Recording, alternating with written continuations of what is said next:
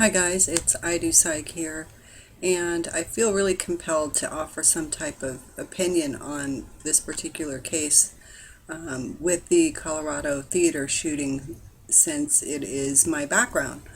And since he and I were studying both in the field of neuroscience. Now, I originally was pre-med, and I transitioned over to neuroscience. A lot of students actually do that because, frankly, psychology is just it. Not only is it an easier itinerary, but it's a quicker track.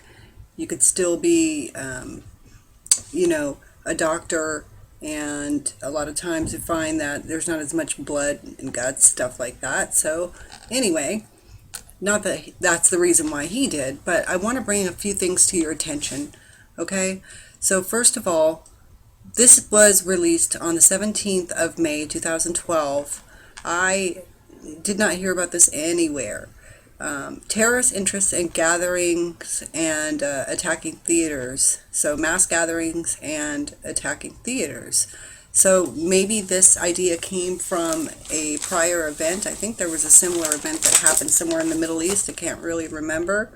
Now, here it says Somalia, but I think that there was another one too. I can't remember if it involved, well, I'm not even going to speculate because I can't remember. But this is really important, this conversation I'm going to have with you right now. Okay? So please, listen to what I'm going to tell you here. In early April 2012, suicide bombing of a theater in Somalia and a violent extremist communication advocating attacks on U.S. theaters highlights terrorists' continued interest in attacking such venues. First question. Did this shooter, Colorado shooter, was he made aware of this in some other way? Or is this just coincidence? Now, I know that people in the field of neuroscience, they do tend to read a lot of FBI journals in general, because you want to be alert and aware as to what's on the scene, what could be coming your way, how are you going to counsel people. One of the first questions that I'm looking into answering is more about his background. What type of neuroscience is he interested in? What is his religious status? What's his political affiliation? What's his political history? I mean, what are his siblings, his family? Some of this information's out already, but what's his socioeconomic status? What's his relationship status? What's his sexual orientation? What was his childhood like? These are questions in the field of psychology that we have to know before we make some kind of assumption. Now, criminal profiling, stuff like that. This was pretty much an easy profile. Okay, before I even knew who the shooter was, me and many others, probably many of you, could assume this was probably a younger white male from a middle class family. Some type of employment trouble or school trouble, relationship trouble, maybe a loner, fits the profile, right? So here's what I'm going to ask you. Okay? And here's what I'm looking to find out. Why was the Joker so important to him to play this character? Why did he dye his hair red? Why did he paint his hair red, as CNN said? Now, a lot of times people will change their outward appearance to match what's going on with them on the inside. Okay? So, he definitely, I'm not going to say he took on a different identity, but he assimilated his inner characteristics at some point in time with this character of the Joker. And it had to be before he really knew the current status of the character's real persona. And the reason I say so is because this was the opening night. So imagine 20 minutes into the movie, and the movie doesn't go as you thought it does, and it doesn't fit your persona that you've identified with all of a sudden. Well, that doesn't quite fit in. So this was somebody who evidently, either he's going off of the prior characteristics of the characters that were played representative of the Joker, i.e. Heath Ledger, for example, or he's maybe considering himself kind of part of this movie in some way. So I've heard psychologists talk on a couple of different stations, just very briefly, about how, this guy, he was at the top of his class and good student, blah, blah, blah. Well, yeah, to be accepted to a PhD program, it's a very stringent process, okay? So you have to pass not only a rigorous interview, which is not just an interview like you're going to an interview for McDonald's or Burger King or even, H&R Block or JP Morgan. You have to go through personal questions. You have to really give really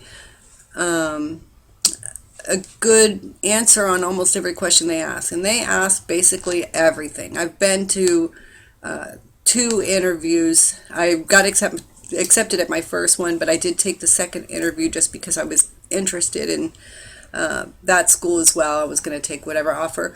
You must be crazy if you think this person was not smart, because you must be at the top of your class. The particular school that I was accepted to, the first one, only accepted 2 to 3% of applicants. Okay, so that gives you some idea. Now, that's a California school out here of I'm not going to be rude about it, but it was of a higher caliber, considered a higher caliber school.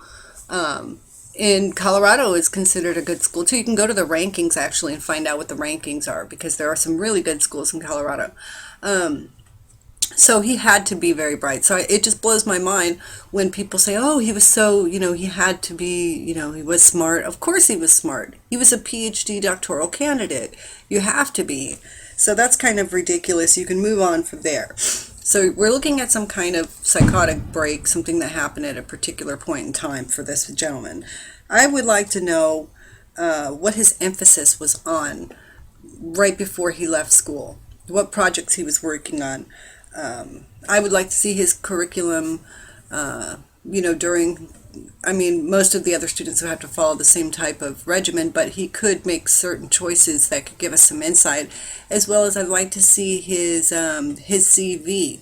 So basically what that is, it's kind of like a resume where he's touting all the reasons why schools really should choose him as an applicant. Okay, out of 100, they're going to choose 2 or 3. Why? So another thing is, I would like to know, what his affiliation was with his. Now he's going to be working with a mentor, okay, a professor, several professors, but mainly 1 or 2, who are really going to be side by side with him while he gets his PhD.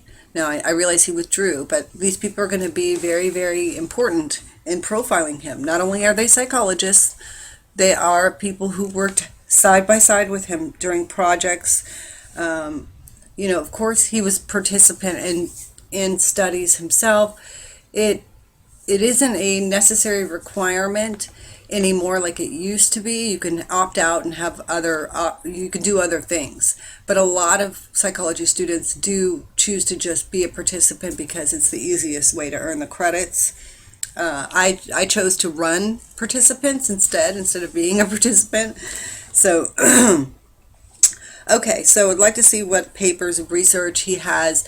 No doubt he has some published stuff out there. So, if he has anything in peer-reviewed journals, I have access to the library, so I'm going to go and look.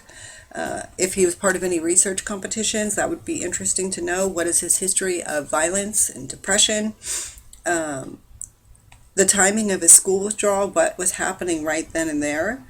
What branch of neuroscience is he studying? If this guy's favorite part of the brain is the temporal lobe or the hippocampus, or what fascinated him? Those are the kinds of questions we really need to uncover the answers to understand the motive for what he did. Was he an activist of any kind? Okay.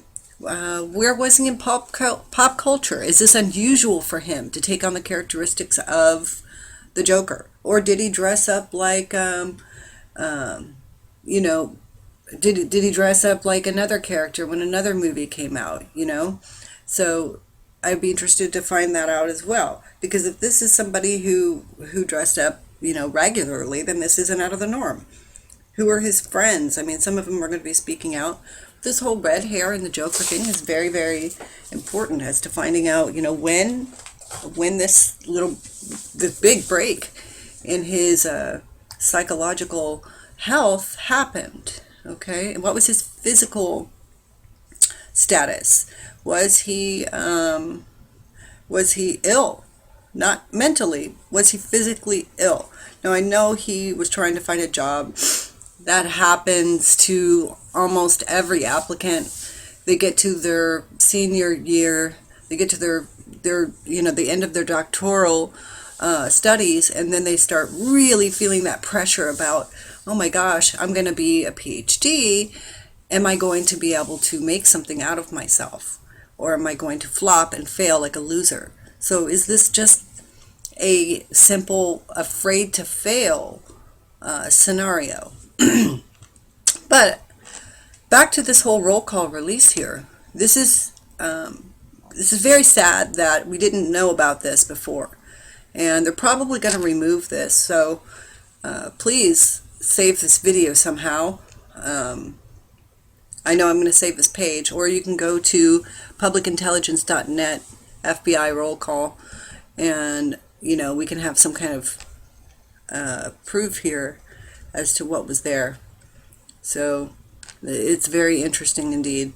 On April 7th, 2012, an Al-Qaeda-linked violent extremists urged others to emulate the 2002 Moscow theater hostage attack in which Chechnyan terrorists seized the Dubrovka theater and held over 800 people captive for 3 days until Russian security forces gathered the theater.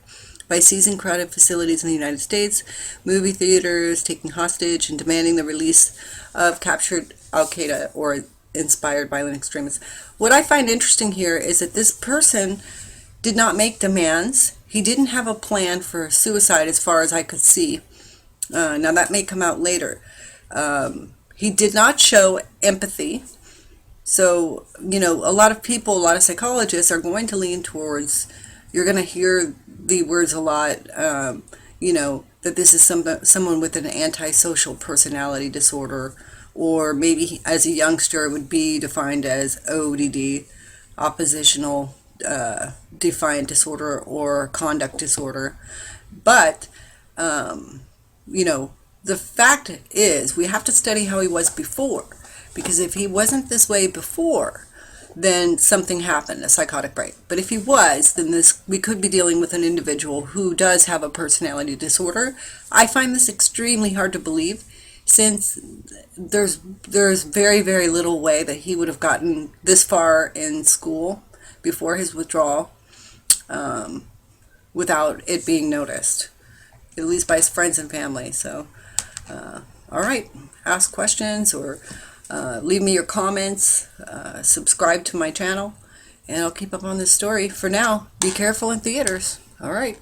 I can't believe I said it, but I did. All right. Have a good night. I do Psych. For some reason, this doesn't want to upload or record, so I'm hoping that this is going to work.